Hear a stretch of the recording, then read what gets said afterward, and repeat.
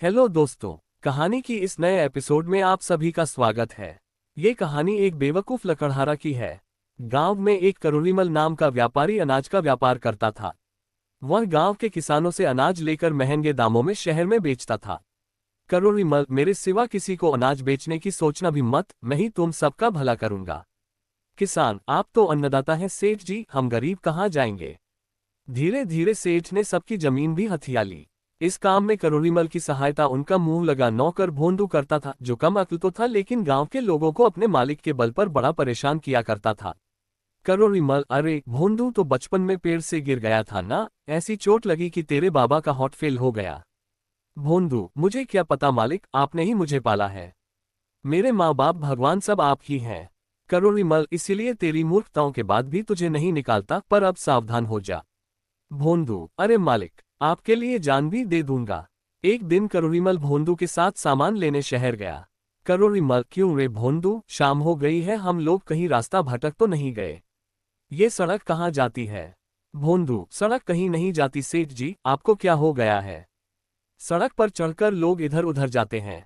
करोड़ीमल, तू बैल का बैल ही रहेगा। किसी ऊंचे पेड़ पर चढ़कर देख ये रास्ता कहाँ जाता है। सेठ की बात सुनकर भोंदू पेड़ पर चढ़ गया। उसे कुछ भी नजर नहीं आया, बस जोर जोर से रोने लगा। करोड़ीमल, अब क्या हुआ। चुपचाप नीचे उतर जा, हम जल्दी ही शहर पहुंच जाएंगे। भोंदू, अरे मालिक, मुझे पेड़ से उतरना नहीं आता, मुझे बचा लो वरना मैं मर जाऊंगा मालिक। करोड़ीमल, हे भगवान, अंधेरा गहराता जा रहा है, तू जल्दी से नीचे आ वरना डाकू आ जाएंगे और हमारा सारा सामान लूट लेंगे। भोंदू, अरे सेठ जी, डाकुओं को आ जाने दीजिए, तो वही मुझे उतार पाएंगे। आप अपने सामान के लिए क्या मेरी जान की बाजी लगा देंगे। भोंदू की बातें सुनकर करोड़ीमल सर पकड़कर बैठ गए। कुछ देर बाद सचमुच वहां से डाकू गुजरे। उन्होंने संजीदा राम को पूरी तरह से लूट लिया और भोंदू को पेड़ से नीचे उतार कर फेंक दिया। भोंदू, हाय मेरी कमर टूट गई। जब उतारना ही था तो धीरे से उतारते। चलिए सेठ जी, जल्दी से चलते हैं, अब डरने की कोई बात नहीं। सेठ अपनी किस्मत को कोसता हुआ वापस अपने घर आ गया। करोड़ीमल, आज के बाद जब मैं सामान खरीदने जाऊंगा तो तू मेरे साथ नहीं जाएगा। रात को सेठ के बेटे को बाथरूम जाना था। करोड़ीमल, अरे ओ भोंदू, जरा सुरेश को संडास तो ले जा। भोंदू, अरे क्या करना है उससे। करोड़ीमल, उसे लघु शंका करनी है। भोंदू, ना ना, मुझे विश्वास नहीं। अगर उसने कुछ और भी कर दिया तो मेरी जिम्मेदारी नहीं। आज्ञा से ज्यादा या कम कुछ नहीं करने दूंगा। करोड़ीमल, हे भगवान, तू रहने ही दे, मैं ही ले जाऊंगा। कुछ दिनों बाद सेठ वापस शहर सामान खरीदने के लिए गए तो सेठ की दुकान पर एक साधु आया। साधु, मुझे भूख लगी है, मुझे भोजन कराओ, भगवान तुम्हारा भला करेगा। भोंदू, वाह वाह वाह, बड़ा आया भोजन करने वाला। मांग तो ऐसे रहा है जैसे तेरी अम्मा यहाँ खाना बनाकर रखती है।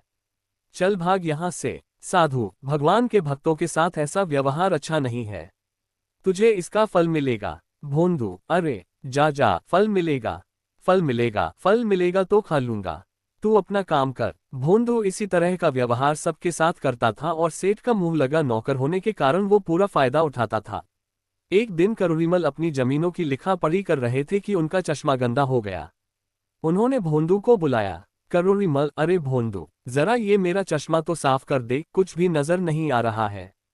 भोंदू, अभी लो मालिक, ऐसा चमका दूंगा कि मुझ पर नाज करोगे। मालिक को खुश करने के लिए भोंदू सोचने लगा कि क्या किया जाए। तभी उसे पास में रहने वाली घुमरी की आवाज सुनाई देती है। घुमरी, देख सुगनिया, मेरा बर्तन कितना चमक रहा है। कुछ भी चमकाना हो तो चूल्हे की राख से सूखा ही रगड़ देना चाहिए। भोंदू, अरे बस इतनी सी बात है, आज मालिक से इनाम लेके रहूंगा। वह चूल्हे की राख से रगड़ रगड़ कर चश्मा साफ कर देता है, जिसके कारण चश्मे की शीशों पर खरोंच पड़ जाती है। करोड़ीमल, अरे कम भक्त, ये क्या कर दिया मेरे चश्मे का तूने। इसी समय तू यहाँ से निकल जा। हे भगवान, अब मैं हिसाब किताब कैसे करूं। सेठ जी गुस्से में आकर भोंदू को नौकरी से निकाल देते हैं। भोंदू बहुत जगह नौकरी ढूंढता है लेकिन उसकी नौकरी कहीं भी नहीं लगती। उसके व्यवहार के कारण और कम बुद्धि के कारण कोई भी उसे रखना नहीं चाहता। भोंदू, नौकरी तो मिलने से रही, मेरे लिए यही अच्छा है कि मैं अपना काम करूं। आज से मैं जंगल में जाकर लकड़ियां काटूंगा। ना कोई मालिक है, ना कोई डांट, ना फटकार, आराम से जीवन बिता लूंगा। जिंदगी में कभी भी मेहनत से काम ना करने के कारण वह किसी तरह पेड़ पर तो चढ़ गया, लेकिन कुल्हाड़ी से लकड़ियां काटने में उसकी जान निकलने लगी। लेकिन वह थोड़ी बहुत लकड़ियां काटकर ले आया और उन्हें बेचकर एक दिन का खाना बना लिया। अगले दिन वह फिर लकड़ियां काटने चला। भोंदू, मुझसे ज्यादा लकड़ियां तो काट ही नहीं जाती हैं। ऐसा करता हूं, पेड़ की सबसे मोटी डाल पर बैठ जाता हूं, उसी को काट दूंगा। भले ही एक टहनी काटूं, कम से कम ज्यादा लकड़ी तो मिलेंगी ही।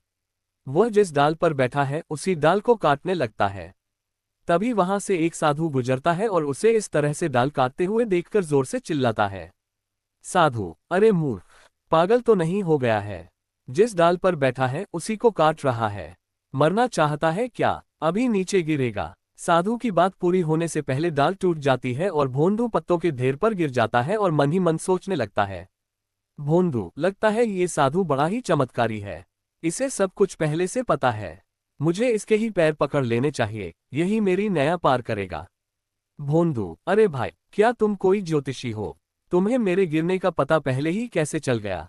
तुम महाज्ञानी हो, जरा दया करके मुझको बताओ कि मेरा भविष्य क्या है। भोंदू की इतना कहते ही साधु समझ गया कि भोंदू पूरी तरह से मूर्ख है। उसे याद आ गया कि इसी भोंदू ने उसके साथ बुरा व्यवहार किया था। साधु, वाह प्रभु, आपने इसको सबक सिखाने के लिए मुझे अवसर दे दिया। बिल्कुल सही समझे, मुझे वर्तमान भविष्य सभी का ज्ञान है बच्चा। मेरी दिव्य दृष्टि बताती है कि तुम्हारी मौत तुम्हारा पीछा कर रही है। भोंदू, महाराज, ये आप क्या कह रहे हैं? मुझे कोई तो उपाय बताए। साधु, बिना दान के ज्ञान नहीं दे सकता हूँ। मुझे पैसे दो, मैं तुम्हें भविष्य का ज्ञान दूंगा। भोंदू, साधु महाराज, मेरे पास सिर्फ यही एक आना है। कृपया इसे स्वीकार करें और मुझे बताएं कि मैं कैसे मौत से अपनी रक्षा कर सकता हूँ। साधु ने मन ही मन हंसते हुए उसके एक आने को अपने जेब में रखा और बोला, ये काला धागा अपने पैर में बांध लो। याद रखना, जब तक ये धागा तुम्हारे पैर में बंधा रहेगा तुम जीवित रहोगे, और जैसे ही ये धागा टूट गया तुम मर जाओगे। धर्मराज हाथ पकड़कर ले जाएंगे। भोंदू की पत्नी, अजी, कुछ पैसे कमाकर लाओ। सुबह से घर में चूल्हा भी नहीं जला है। क्या हम लोगों को भूखा मारोगे? भोंदू, अरे भाग्यवान, मेरे पास ज्यादा समय नहीं है। मैं बिस्तर से उठा और मेरे पैर का धागा टूटा तो तू विधवा हो जाएगी। पत्नी, क्या बकवास कर रहे हो? धागा टूटने से भला कोई मरता भी है? भोंदू, अरे आज मैं एक ऐसे महाराज से मिला था जिसे भूत भविष्य सबका पता था। उन्होंने कह दिया तो ये होना निश्चित है। भोंदू की पत्नी जानती थी कि भोंदू के दिमाग में जो आ गया उसको हटाना नामुमकिन है। मजबूरी में वह खुद ही काम करने सेठ करुणीमल के घर गई। करुणीमल, अरे क्या हाल है लाजो? भोंदू ठीक तो है? इतने दिन हो गए काम मांगने भी नहीं आया। लाजो, अजी क्या बताऊं, वो तो रोज ही कुछ नए नए नाटक करते हैं। आजकल उन्होंने पैर में एक धागा बांधा हुआ है। कहते हैं अगर धागा टूट गया तो वो मर जाएंगे। करुणीमल, चल तू परेशान मत हो, मैं खुद तेरे घर चलता हूँ और उसे खींचकर ले आता हूँ। उस मूर्ख को मेरे सिवा कोई नहीं उठा सकता। करुणीमल भोंदू के घर पहुँचते हैं। घर में रोना धोना लगा होता है। लाजो, आए आए सेठ साहब, देखिए ना, भोंदू कह रहा है कि वो मर गया है। मैं बर्बाद हो गई, भरी जवानी में मर गया रे। हाय दैया, आप मर गए, अब क्रियाक्रम के पैसे कहाँ से आएंगे? करुणीमल, ये क्या बकवास है?